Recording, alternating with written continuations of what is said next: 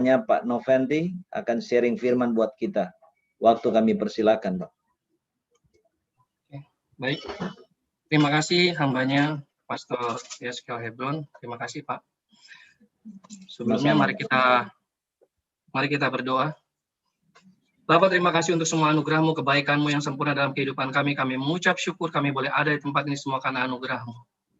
Permuliakan nama-Mu Bapak, biarlah firman-Mu memerdekakan kami Bapak. Berbicara untuk kami, berbicaralah untuk kami semua Tuhan. Biarlah setiap kata firman-Mu Tuhan memberikan kekuatan, kesegaran bagi setiap kami. Amin. Kami percaya Tuhan, tempat maupun waktu tidak bisa dibatasi Bapa dengan kuasa. Biar Engkau mempermuliakan semua ini Bapa. Ambil alih setiap kata kalimat firman yang keluar dari lidah bibir mulutku Tuhan. Bukan hamba lagi yang berkata-kata, tapi Engkau sendiri ya Roh Kudus. Engkau yang mengurapi, Engkau yang mengambil alih dan sembunyikan hamba di balik salib-Mu.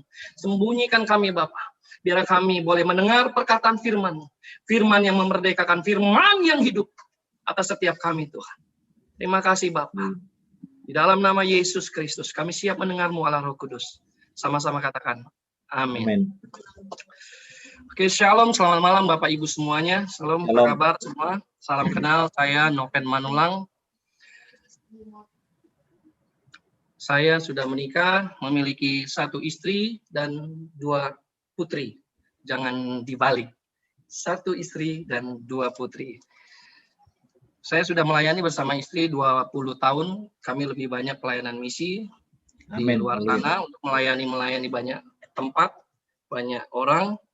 Tapi puji Tuhan itu satu kebanggaan, satu anugerah yang Tuhan berikan untuk kami. Kami bisa melayaninya, kami bisa memberikan, menceritakan apa yang menjadi kebaikan-kebaikan Tuhan dalam hidup kami. Kita akan buka dari kitab Lukas 18. Kitab Lukas 18 ayat 1 dan 8. Kitab Lukas 18 ayat 1 hingga dengan 8. Saya bacakan buat Bapak Ibu Saudara semuanya. Perumpamaan tentang hakim yang tak benar. Yesus mengatakan suatu perumpamaan kepada mereka untuk menegaskan bahwa mereka harus selalu berdoa dengan tidak jemu-jemu. Katanya, dalam sebuah kota ada seorang hakim yang tidak takut akan Allah dan tidak menghormati seorang pun. Dan di dalam kota itu ada seorang janda yang selalu datang kepada hakim itu dan berkata, belalah hakku terhadap lawanku. Beberapa waktu lamanya hakim itu menolak, tetapi kemudian ia berkata dalam hatinya, walaupun aku tidak takut akan Allah dan tidak menghormati seorang pun, namun karena janda ini menyusahkan aku, baiklah aku membenarkan dia, supaya jangan terus saja ia datang dan akhirnya menyerang aku. Kata Tuhan, camkanlah apa yang dikatakan hakim yang lalim itu. Tidakkah Allah akan membenarkan orang-orang pilihannya yang siang malam berseru kepadanya? Dan adakah ia mengulur-ulur waktu sebelum menolong mereka? Aku berkata kepadamu, ia akan segera membenarkan mereka. Akan tetapi jika anak manusia itu datang, adakah ia mendapati iman di bumi ini? Haleluya. Amin. Ada beberapa poin kata penting yang disampaikan. Why we should keep on praying. Kenapa kita harus berdoa dan terus berdoa. Di dalam kitab Lukas 18 ini ada 6 hal yang menjadi kata kunci. Yaitu berbicara mengenai harus selalu berdoa.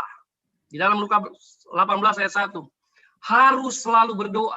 Kemudian dikatakan juga siang malam berseru. Di ayat 7. Kemudian juga dikatakan sini, tidak jemu-jemu. Ayat 1. Kemudian juga selalu datang. Selalu datang. Di ayat 3. Kemudian terus saja. Keep continuing. Dia terus datang, dia terus saja selalu dan selalu datang. Di ayat 5. Kemudian di ayat terakhir dibicarakan mengenai iman di ayat 8. Ini adalah merupakan kata kunci mengapa kita harus berdoa. Ada seseorang berkata kepada saya begini, kalau Tuhan kita tahu segala sesuatunya, mengapa kita harus berdoa? Kalau Tuhan kita tahu dan mengerti segala sesuatunya, mengapa kita harus minta kepada Tuhan? Kenapa kita harus datang kepadanya? Kemudian saya bilang begini kepada dia, sebenarnya doa itu apa sih? Saya bilang begini, doa bukanlah suatu kumpulan kata-kata yang manis dan panjang. Bukan sesuatu kata-kata yang harus dibingkai dengan kata-kata yang indah, seperti berpuisi. No, bukan. Doa juga bukan sesuatu yang diucapkan berulang-ulang, seperti mantra. No, bukan juga. Yang diucapkan berulang-ulang, berkali-kali. Sepertinya kita mau memaksakan kehendak kita, tapi bukan menjadi kehendak Tuhan. Itu juga bukan. Jadi apa doa itu? Kemudian saya katakan kepada dia, itu ungkapan hatimu, ungkapan perasaanmu, hati yang murni, hati yang tulus, jujur dari dalam dirimu dan dari diriku sebagai anak Tuhan yang terpancar dalam hati, kemudian keluar melalui perkataan dan ucapan yang keluar dari lidah bibir mulut kita. Doa itu nafas hidup orang percaya. Kalau kita sendiri tidak bisa melakukan apa yang menjadi bagian kita untuk menjadi pendoa, akan jadi apa nantinya? Jadikan kebenarannya, firman yang menjadi barisan depanmu. Maka kemuliaan Tuhan akan memenuhi barisan belakangmu. Amin. Iya. Jadikan kebenarannya, firman-Nya yang hidup menjadi barisan depanmu, maka kemuliaan Tuhan akan memenuhi barisan belakangmu. Saya percaya begini, God's verdict can never be changed. Once it declared, it must be fulfilled. Saya katakan sekali lagi, God's verdict can never be changed. Once it declared, it must be fulfilled. Keputusan Tuhan tidak bisa diubah. Sekali dideklarasikan maka harus tergenapi. Setiap kata firman Tuhan tidak pernah keluar dengan sia-sia. Amin. Amin. Iya. Keputusan Tuhan, ketetapan Tuhan. Kalau sudah keluar dari lidah bibir mulutnya, pasti tergenapi. Apalagi kita sekarang ada di dekade P. Dekade P, tahun P. Selama 10 tahun ke depan, kita berbicara tentang isi hati Tuhan. Sekarang kita ada di P Aleph. Berbicara tentang pribadi Bapak sendiri yang berbicara untuk Anda dan saya. Amin. Iya. Dekade penggenapan akan janji firman Tuhan. Di mana Tuhan sendiri, Bapa sendiri yang berfirman, menjadi saksi tentang kebenarannya. Jadi jika doamu belum terjawab, belum terkabul, bukan berarti Tuhan tidak berkenan. Bukan berarti Tuhan tidak mendengar. Bukan berarti Tuhan nggak tahu apapun. Bisa jadi di dalam doamu terkandung big revival, terkandung big fire, terkandung unusual revival, terkandung banyak unusual big fire. Amin. My God. Ya. Jadi jangan pernah kita berkecil hati. Aduh Tuhan, aku sudah lakukan banyak hal. Aku sudah lakukan bagianku. Aku sudah doa, aku sudah puasa, aku sudah lakukan semuanya. I have been done everything. Tapi Tuhan bilang begini, sudah siapkah kita? Sudah siapkah wadah yang ada pada kita? Sudah siap belum kita? Kalau Tuhan sudah berikan apa yang menjadi kerinduanmu, apa yang menjadi impianmu, Tuhan biar revival terjadi. Apakah kita sudah siap? Apakah orang-orang pilihannya sudah siap? Apakah sudah ada oneness, ada unity dalam diri kita? Punya visi, misi yang sama, agenda yang sama, selaras, seirama dengan hatinya Tuhan. Sama nggak? Makanya belum terjadi revival. Tuhan sedang koneksikan. Tuhan sedang pimpin. Tuhan sedang bawa anak-anaknya dari barat, timur, utara, selatan. Yuk berkumpul. Yuk sama-sama. Kita yang punya hati yang sama. Kita punya misi yang sama, visi yang sama. Yang kita punya kerinduan yang sama. Ayo sama-sama. Kalau sudah unity, oneness, kalau sudah semuanya berkumpul, punya kerinduan yang sama, saya percaya Apa yang menjadi kerinduan kita? Apa yang menjadi impian kita? Big fire. Bukan cuma big fire. The unusual big fires. Api yang belum pernah terjadi sebelumnya, di masa-masa sebelumnya. Pasti kita akan alami. Kita sudah ada di ujung-ujungnya, penghujung akhir zaman. Something unusual must be heaven in here. Sesuatu yang tidak lazim harus terjadi di tempat ini, di bangsa ini. Amin. Iya. Tapi sudah siapkah kita? Yang Tuhan katakan sudah siap belum? Sudah siapkah diri Anda untuk aku delegasikan kuasaku, kata Tuhan? Sudah siapkah kita saat otoritas kerajaannya bekerja atas diri Anda? Sudah siapkah kita? Saat Tuhan percayakan kuasanya, saat Tuhan percayakan agendanya, estafet itu, tongkat itu harus kita terima. Makanya banyak, maaf nih, hamba-hamba Tuhan yang sudah senior, pulang ke rumah Bapa. Karena Tuhan katakan, tugasmu sudah selesai, saatnya engkau kembali. Saatnya engkau lihat dari surga. Lihat dari tempatku. Bagaimana aku memunculkan generasi yang baru. Amen. Bagaimana aku memunculkan orang-orangku. Orang-orang pilihanku. Di akhir zaman ini. Untuk membuat sesuatu yang tidak lazim. Sesuatu yang besar dan dahsyat. Amin. Tuhan akan memunculkan sekarang bukan perorangan lagi. Tapi secara kolektif. Secara generasi. Tidak lagi one man show, tapi sekarang saatnya Tuhan munculkan generasi. Oh my God. Haleluya. Sudah siapkah kita? Setuju. Siap. Amin. Amin. Amin. Sudah siapkah kita? Iya. Sudah siapkah kita? Kapasitas kita, wadah kita, tim kita sudah siap. Tuhan tinggal curahkan kok, Tuhan tinggal bukakan kok. Tuhan hanya tinggal, yes, this is the time. Ini waktunya. Cuma waktunya ini, apakah kita sudah siap? Ya. Di akhir zaman ini, Tuhan pun sedang mencari true worshiper dan true prayer. Yang pasti, yang masih memiliki api Tuhan. Amin. Iya. Yang benar memiliki api Tuhan. Bukan yang cuma tinggal abu dan asap. Untuk apa? Engkau punya kemampuan, kapasitas, talenta yang hebat. Engkau bisa berdoa dengan luar biasa. Engkau bisa menyembah, memujinya dengan luar biasa. Tapi tidak membawa hadirat Tuhan. Tidak membawa kuasa Tuhan. Untuk apa? Itu cuma tinggal abu dan asap. Tuhan nggak mau itu. Tapi Tuhan sedang mencari orang yang benar-benar masih memiliki api kudus Tuhan. Haleluya. Iya.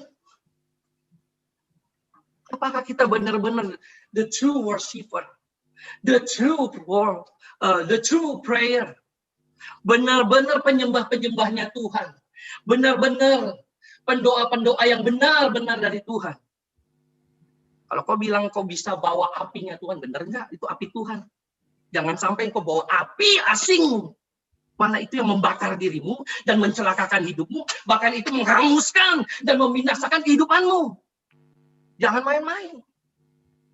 Jangan main-main. Kalau bicara api, berbicara sesuatu yang dari Tuhan, nah, itu bukan sesuatu yang biasa. Apakah kita benar-benar orang yang dipercaya Tuhan, orang-orang pilihan Tuhan, orang-orang yang sudah Tuhan tetapkan, orang-orang yang sejak semula sudah Tuhan tuliskan dalam kebenarannya sebelum kita berada, sebelum kita dicipta. Kalau kita memang benar-benar pilihannya, lihat. ke dalam diri kita. Bagaimana respon kita sama Tuhan. Bagaimana kehidupan pribadi kita sama Tuhan. Bagaimana gaya hidup kita sama Tuhan. Jangan jadi orang yang gaya-gayaan. No. Hati-hati, kau bawa api asing. Kalau kau bawa api asing di dalam mesbah Tuhan, hati-hati. Kau akan terima dampaknya sendiri. Kau akan terima konsekuensinya. Hidupmu, kehidupanmu, wah, saya nggak pernah tahu apa yang akan terjadi. Jangan pernah bermain-main. Kalau Tuhan sudah percayakan big fire, Tuhan sudah percayakan revival, Tuhan sudah percayakan visi misi yang besar, Tuhan sudah percayakan agendanya ke dalam diri kita. Ayo, Tuhan, here I am. Ini aku Tuhan. Biar tetap estafet yang dari hamba-hambamu sebelumnya aku terima. Dan aku mau melanjutkan apa yang menjadi agendamu Tuhan. Ya. Are you ready? Be the true worshiper. Are you ready? Be the true prayer. Apakah kita sudah siap?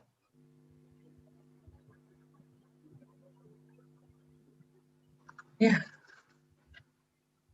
Apakah kita sudah siap? Di awal tadi saya katakan kalau Tuhan tahu segalanya. Terus kenapa kita harus berdoa? Kita buka di Yesaya 43 ayat 26. Yesaya 43 ayat 26 berkata seperti ini. Ingatkanlah aku, marilah kita berperkara. Kemukakanlah segala sesuatu supaya engkau nyata benar. Saya bacakan sekali lagi untuk Bapak Ibu Saudara semua. Ingatkanlah aku, marilah kita berperkara. Kemukakanlah segala sesuatu supaya engkau nyata benar. Ya, Tuhan mau diingatkan. Kalau kita mau menerima banyak hal, mau menerima banyak sesuatu yang tak lazim, kalau kita mau menerima banyak penggenapan, terobosan, mukjizat, kuasa, otoritas, ingatkanlah aku, kata Tuhan. Ingatkanlah aku. Kalau engkau ditaruh agenda Tuhan, kalau kau tadi taruh hati Tuhan dalam hidupmu, ingatkan terus akan Tuhan. Tuhan permuliakan namamu dari hidupku, agar setiap agenda yang Tuhan taruh dalam hidupku bisa tergenapi.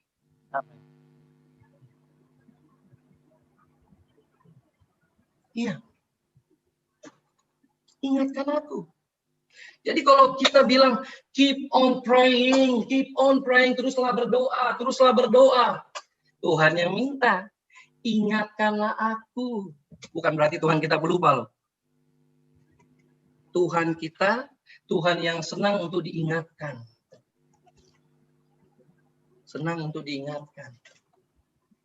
Makanya Tuhan bilang, mari berperkara. Mari diskusi. Mari berbicara. Kamu mau apa, anakku? Mari.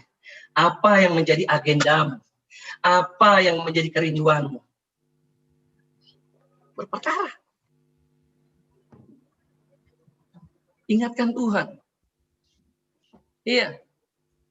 Makanya bangsa Israel selalu mengingatkan Tuhan dengan 7 perayaan besarnya. Mereka selalu membuat perayaan-perayaan penting. 7 perayaan penting di dalam bangsa Yahudi. Yang pertama itu berbicara tentang Pesak atau Paskah. Yang kedua berbicara tentang Chak Hamotzi, roti tidak beragi.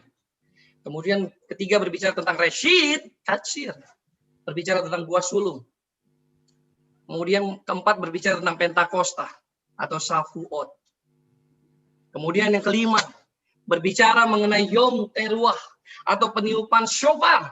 September kemarin kita melakukan Rosh Hashanah. Di situ banyak terjadi peniupan shofar, Yom Teruah, saat Rosh Hashanah atau tahun baru Yahudi. Kemudian yang keenam itu berbicara tentang pendamaian, Yom Kippur, 7 hari sebelum masa pendamaian. atau setelah masa pendamaian, ada tesyufa. Ada masa di mana kita datang sama Tuhan, mengintrospeksi, mengkoreksi diri, dan merenung. Apakah hidupku sebelumnya berkenan di hadapan-Mu Tuhan? Melakukan evaluasi, apakah hidupku sudah benar di hadapan-Mu? Apakah hidupku sudah benar-benar menyenangkan hati?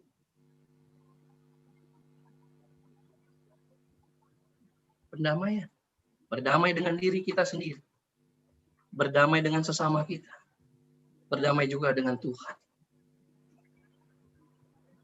Kemudian yang ketujuh berbicara mengenai Sukkot, tabernakel atau raya Pondok Daun. Ya, saya percaya saat kita berkomitmen menjaga kebenaran dan kekudusan hidup dalam diri kita, maka setiap perkataan kita, deklarasi, kerinduan kita, apapun doa-doa yang kita ucapkan, akan memanifestasikan kuasanya di bumi ini seperti di surga. Amin. Iya. Selama kita berkomitmen menjaga hidup kita, menjaga kebenarannya tetap hidup dalam diri kita, menjaga kekudusannya di dalam diri kita. Setiap perkataan-perkataan kita, apa yang kau deklarasikan, apa yang kau doakan, tidak ada lagi yang menghalangi. Karena itu akan termanifestasi kuasanya di bumi seperti di surga. Ya. Amin. Keep on praying, teruslah berdoa. Apapun yang terjadi. Teruslah ingatkan dia. Karena Tuhan senang diingatkan. Dan memanifestasikan kuasanya melalui hidup Anda dan saya. Agar kuasanya terjadi di bumi ini seperti di surga. Saya akan kesaksian sedikit tentang hidup saya. Saya mempunyai masa lalu yang ya kalau dibilang nggak baik lah. Terlalu gelap, kotor, dan hina. Bukan berarti saya bangga dengan dosa saya. Bukan berarti saya bangga dengan masa lalu saya, tidak. Bahkan saya akan menceritakan tentang kemuliaan Bapakku. Bagaimana saat saya jauh dari Tuhan, saya yang bukan siapa-siapa, 20 tahun yang lalu, karena konsekuensi dosa, saya mengalami banyak hal yang nggak mengenakan. 2 kali saya mau dibakar hidup-hidup, 1 kali kepala saya mau dipenggal, 1 kali saya mengalami koma, 3 minggu saya tidak bisa melakukan apapun. Terbaring tempat tidur. Hanya gara-gara waktu itu saya diminta untuk berpindah dari keyakinan saya.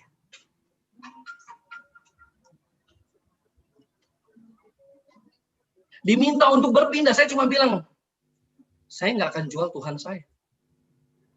Saya nggak akan berpindah dengan apa yang saya percayai, walaupun hidup saya waktu itu masih hancur-hancuran.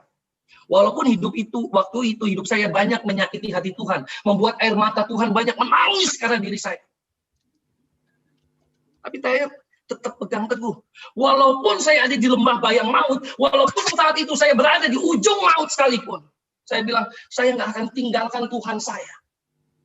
Walaupun golok waktu itu ada di sini, saya cuma bilang, Tuhan, terimalah hidupku yang hina, yang kotor ini. Pembelaan Tuhan luar biasa. Luput saya dari semua malapetaka. Saya percaya setiap kita yang termatrai namanya, yang memiliki perjanjian kekal dengannya, tidak akan mengalami bahaya celaka maut. Tidak akan mengalami kematian mendadak. Tidak akan mengalami kegagalan. Tidak akan mengalami kehancuran. Karena engkau termatrai dengan namanya. Dan kau dicipta, dibentuk, dan ditentukan oleh Bapa di surga untuk menikmati kebaikannya. Amin. Amin. Jangan mau terintimidasi. Saya diubah Tuhan tuh gara-gara sebuah doa. Doa yang bertalu-talu, doa yang terus-menerus dari seorang ibu. Haleluya. Doa seorang ibu yang bertahun-tahun dia menangis tentang diri saya. Supaya Tuhan ubah anakku. Tuhan selamatkan anakku. Tuhan selamatkan agar dia kembali ke jalanmu. Waktu itu saya jarang sekali pulang. Hingga satu waktu saya pulang ke rumah, saat tengah malam, kira-kira jam 1, jam 2 malam, saya dengar suara. Saya tahu itu suara ibu saya, tapi menangis, tapi kok seperti sedang berbicara dan ngobrol. Saya bilang, sama siapa ngobrol? Tengah malam begini. Saya datang, saya buka kamar, saya bilang, mama saya sedang berlutut, nangis. Dia angkat tangan, sambil menangis dia berdoa. Tuhan selamatkan anakku. Tuhan selamatkan anakku. Doanya terus-menerus cuma itu. Dari tahun ke tahun. Dan saya ada saat ini bukan karena kuat gagah saya, tapi karena anugerah Tuhan, juga karena doa seorang ibu. Makanya saya suka sekali doa ini. Di doa ibuku dengar, ada namaku disebut. Di doa ibuku, namaku disebut. Di doa ibuku dengar, ada namaku disebut. Jangan remehkan kuasa doa. Doa orang percaya, besar kuasanya. Nggak ada yang mustahil kok. Ya. Kalau kita menganggap, aku bukan siapa-siapa. Malah Tuhan mencari orang yang biasa-biasa saja untuk menjadi orang yang luar biasa. From zero to become hero. From nothing to become something. Dari yang bukan apa-apa. Tuhan malah cari yang seperti itu. Tapi kita siap nggak? Apakah saat Tuhan mengurapi kita? Apakah saat Tuhan mempercayakan kita kuasa? Apakah saat Tuhan mendelegasikan kepercayaan sama kita, kuasa otoritasnya? Apa itu untuk memuaskan hawa nafsu kita? Untuk menerima pujian dari yang lain? Wih, hebat ya. Ih, luar biasa ya. Ih, dahsyat tuh ya. Ih, urapannya kencang.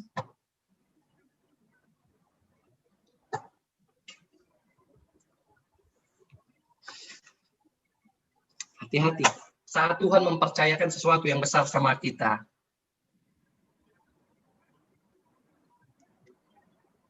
minta tuntunannya selalu. Minta Roh Kudus. Amin. Berikan aku kerendahan hati senantiasa. Apa yang Tuhan percayakan, biarlah semua aku kembalikan untuk kemuliaan nama-Mu. Apa yang Tuhan percayakan, biarlah semua untuk menyenangkan hati. Amin, saudara. Amin. Itu aja. Shalom, Tuhan Yesus memberkati. Saya kembalikan ke Pak Yeskiel. Baik, terima kasih untuk Pak Noven yang sudah jadi berkat buat kita. Baik Bapak Ibu Saudara, seperti biasa kita setiap hari di Menara Doa Segala Bangsa kita mengadakan perjamuan kudus pagi jam 6. Ya, sesi pertama, kemudian sesi ketiga ya. Kita mengadakan perjamuan kudus 2 kali, yaitu malam ini.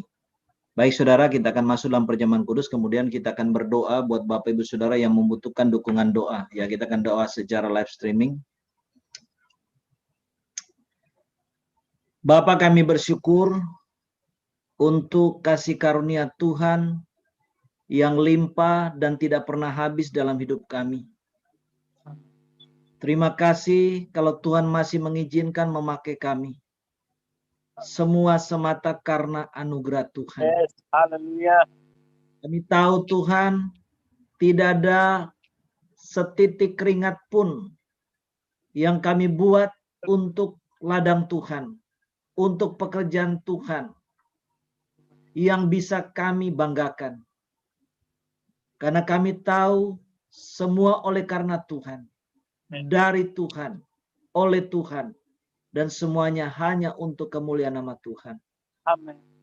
Kami bersyukur Tuhan kalau di tengah wabah COVID-19 ada banyak anak-anak Tuhan, bahkan hamba-hamba Tuhan yang tertular dan akhirnya dipanggil pulang oleh Tuhan.